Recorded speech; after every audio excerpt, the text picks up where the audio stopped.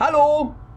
Hallo. Schönen guten Tag, Peter Studio TV mit Jenny und Björn und wir haben jetzt fast Silvester, oder haben wir schon gehabt? Nee, haben wir fast, ne? Noch nicht ganz. So, und dann ist irgendwie das Jahr rum und was ist denn alles passiert? Eine Menge. Flashback. Wir Ja. erzählen ein bisschen was über letztes Jahr. Wie fing das denn an? Mittendrin, statt nur dabei. Das ist gar nicht, das war jetzt das Jahr 2025, ne? Ja. Also erstmal muss ich sagen, ich finde, das ist unfassbar schnell rumgegangen. Ja, wir hatten viel zu tun. Ich Ja. habe das Gefühl, dieses Jahr war letztes Jahr. Das stimmt aber nicht, das sind 2 verschiedene Jahre. Wie Ach kann so. das denn sein? Ja, weiß nicht. Wann Keine ist das denn passiert? Hui! Also 2025 haben wir am Anfang im Februar unser Spiel announced. Ja. Und waren dann auch sofort in unserer PR- und Marketingstrecke drin. Und das hat auf jeden Fall dieses Jahr viel ausgemacht, Ja. denn wir sind unglaublich viel rumgekommen. Ja, die erste Messe, auf der wir waren, mit unserem Spiel ausgestellt, war die RPV. Es war März oder was, ne? Ziemlich früh. Ne? Ja, aber wir waren sogar davor noch auf der Kaktus und haben Einen Trailer gezeigt. so Genau. ein bisschen Gameplay gezeigt und waren da auf der Show. Also Ja. das fing da schon an. Da fing da schon an, dann kam dann die Fantasy Basel. Oh ja, Da waren wir in der Schweiz beim Raphael. ja. Und da haben wir unser Spiel auch ausgestellt. War ziemlich sehr interessant. Interessante Crossover Dings, Messe da irgendwie, Spiele, Cosplay, alles Mögliche. Fand ich ziemlich cool. Und das war auch total schön. Wir haben da auch die Schweiz kennengelernt und da waren auch so liebe Leute. Ich hatte damals, jetzt habe ich auch ein bisschen noch mal wieder bisschen belegte Stimme, weil Erkältungszeit, ihr kennt das. Aber in der Schweiz hatte ich ja gar keine Stimme mehr. Mir ging's wirklich, also ich bin am Limit gelaufen, es kam überhaupt kein Ton mehr raus. Und da sind ganz liebe Leute vorbeigekommen und haben Ricola Kräuterbonbons geschenkt oder Schweizer Honig. Und die Reste, das meiste habe ich schon verbraucht, aber die Reste des Schweizer Honigs, die tue ich mir jetzt noch so in den schönen Wintertee. Und Liebe geht raus, vielen, vielen Dank. Das war wirklich extrem hilfreich und es war wunderschön in der Schweiz. Wir kommen bestimmt mal wieder. Ja, unbedingt. Die Messe danach war, glaube ich, schon die Gamescom. Ja, wir brauchten natürlich dann Volles auch ein bisschen Pfund aufs Maul. Zeit dazwischen. Ja. Und da haben wir auch ordentlich geklotzt dann, weil wir nebst dieser ganzen Messetour natürlich auch ganz viel gemacht haben. Ja. Aber Erstmal musste die Version fertig werden. Ja. Das heißt also, wir mussten eine Demo haben, die wir dann auch präsentieren können, Ja. die dann auch einigermaßen das repräsentiert, was wir dann da am Ende dabei rausbekommen. Das Ja. ist ja dann auch so ein Vertical Slice, ne? Scheibe der Wurst. Wie groß wird die Wurst, wissen wir noch nicht, aber wir wissen zumindest den Querschnitt, wie es aussehen soll. Und das war schon sehr, gerade auf der Gamescom, da hatten wir auch eine große Demo, ne? Die war teilweise sogar 2 Stunden lang. Ne? Also einige haben sogar 3 Stunden dran gespielt. Weil es halt so gruselig ist und langsam gespielt oder so. Aber ich würde sagen, so im Schnitt 1,5 bis 2 Stunden war die lang. So, Wir haben es auch total übertrieben, ne? Weil Ja, wir irgendwie ja, Schiss hatten aber, irgendwie. aber wir wollten ja irgendwie auch was zeigen und mehr und so. Und dann konnte man halt so lange da zocken. Ne? Ja. Dann wollten wir auch nicht einbauen im Spiel, dass man dann die Zeit ist rum, geh mal weg, so, sondern hatten dann so Eieruhren dann dahingestellt. Ja, echt. Ne? Dass man halt irgendwie, wenn viel Andrang ist oder so, dass man da sagt, okay, pass auf, deine Viertelstunde ist rum, Ja. kannst du mal bitte vielleicht später nochmal wieder kommen, da stehen Leute so. Ne? Das war auch sehr schön, weil es war nämlich sehr gut besucht. Wir hatten 4 Spielestationen. Kampfstationen da, ja. Und die waren immer gut besetzt. Und ja, vielen Dank, dass ihr alle da wart. Das war sehr erhebend. Das war eine sehr schöne Gamescom. Auf jeden ja. Fall eines der Jahreshighlights, kann man sagen. Ja, aber die hat natürlich super reingehauen. Ne? Also wir durften dann auch nicht krank werden. Ne? Nicht krank werden so. Dann müssen wir halt gucken, dass wir uns irgendwie einigermaßen mit unseren Kräften haushalten. Geht nicht immer, weil dann kommt ja auch noch die Branchenparty und dann irgendjemand lädt dann zum Essen ein, dann abends noch und ach du lieber Gott. Ne? Also das war schon sehr aufreibend und hat auch uns ordentlich umgehauen. Wir haben unten hier in dieser Liste auf YouTube auch eine Folge davon hochgeladen. Die heißt, glaube ich, auch Gamescom 2025. Korrekt. Das war wirklich, ne? Das ist, glaube ich, auch das einzige umfassende Video, was wir vor so einer Veranstaltung dann auch gemacht haben. Sonst haben wir immer Reels gemacht und kleinere Videos oder so, aber das hat sich schon gelohnt. Also Gamescom ist auf jeden Fall immer so ein Highlight des Jahres. Ist eigentlich jedes Jahr so. Ja. Ne? Also selbst wenn wir nicht ausstellen, ist das cool so, ja. Deswegen haben wir auch jetzt schon wieder gebucht für nächstes Jahr, damit wir auch wieder auf der Gamescom sein werden.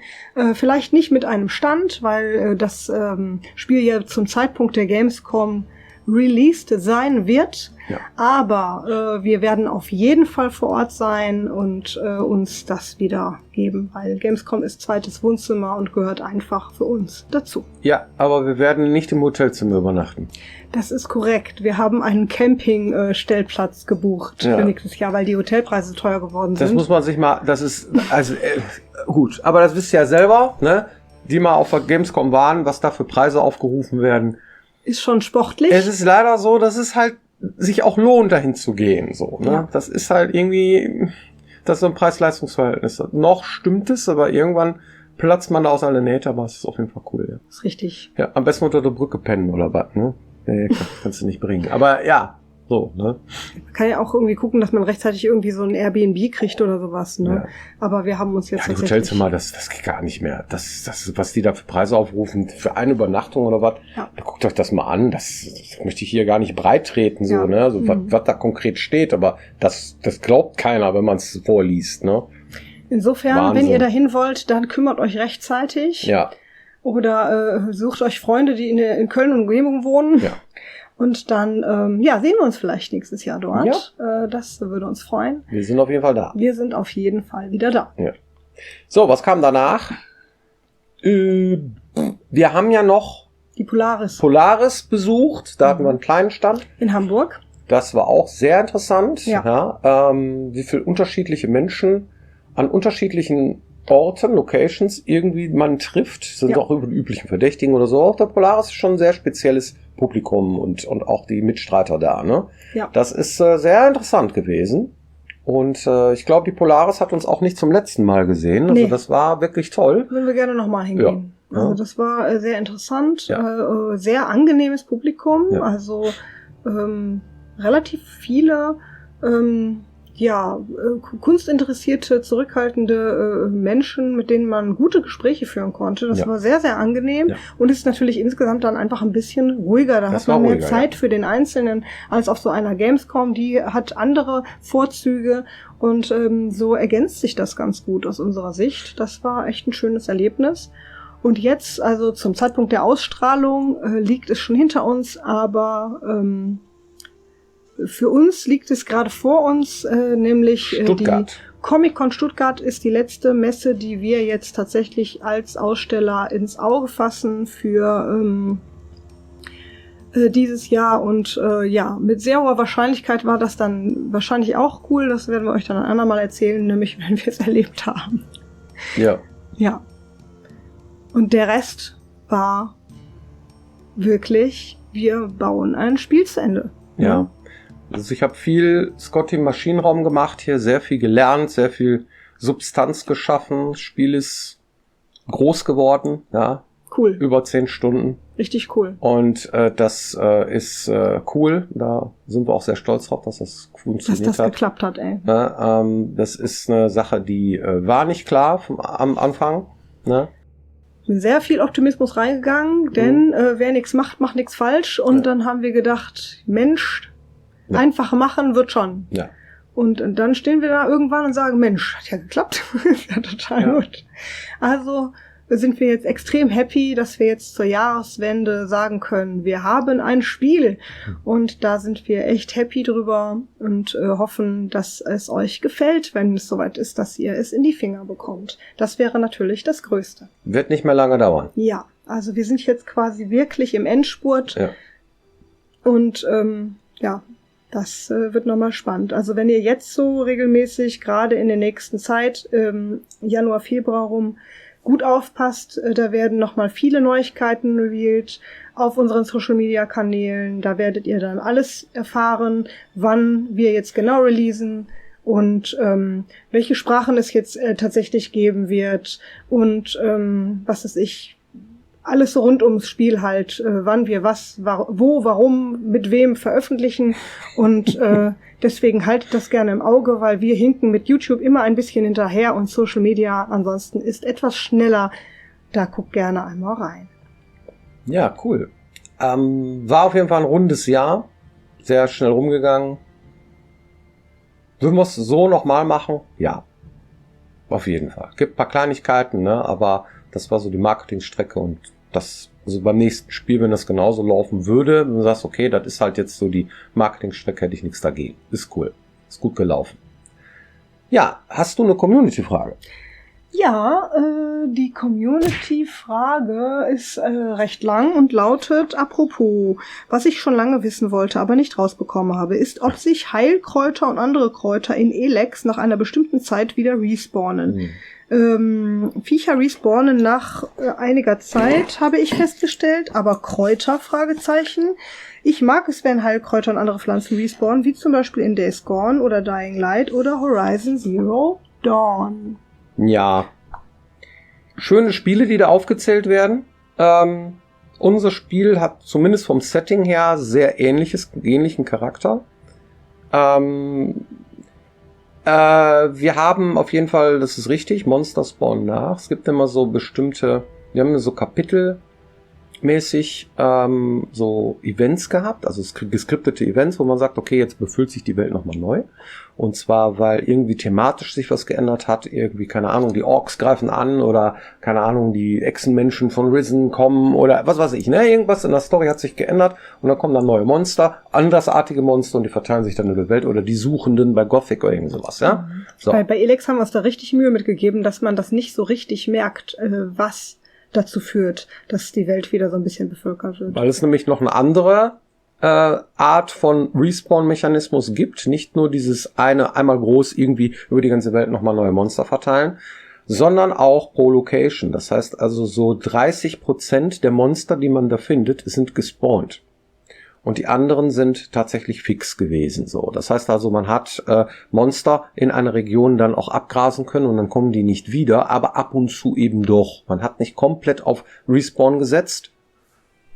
Das fand ich unpassend so, weil das ist dann zu beliebig, wenn man immer wieder um dieselbe Ecke steht, da wieder ein Monster. Das mag ich nicht. Man hat schon irgendwie so das Gefühl, sollte man schon haben, dass die Welt lebendig ist, Correct. aber auch nicht, dass die beliebig ist, dass es immer wieder nachwächst. So, ja. Wie bei so einem Online-Ding. Jetzt hier Fallout zum Beispiel 76 ist darauf angewiesen, dass man mit mehreren Spielern da auch immer ein Spielerlebnis hat. Da wird an derselben Stelle auch immer wieder so ein Monster hingespawnt. Ist völlig legitim.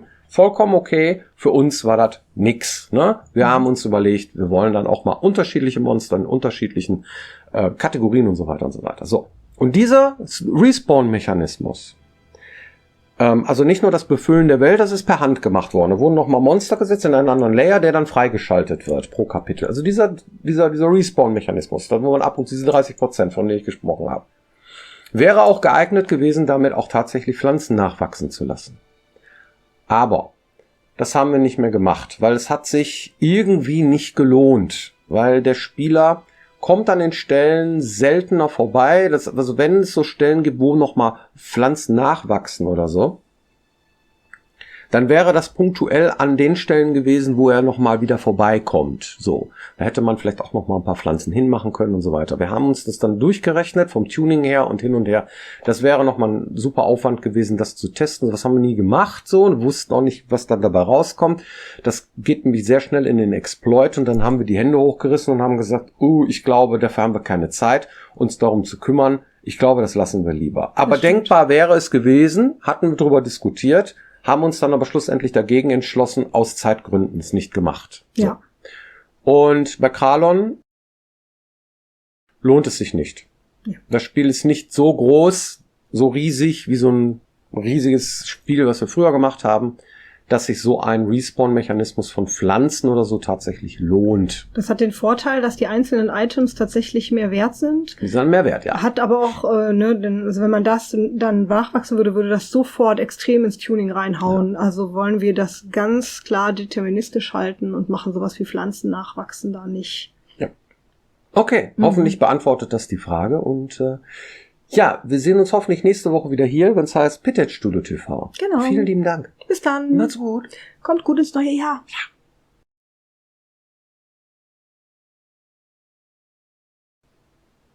Ja, machen wir eine Silvesterparty, wa? Wir machen Silvesterparty. Ja. Mit Karaoke. Und ihr?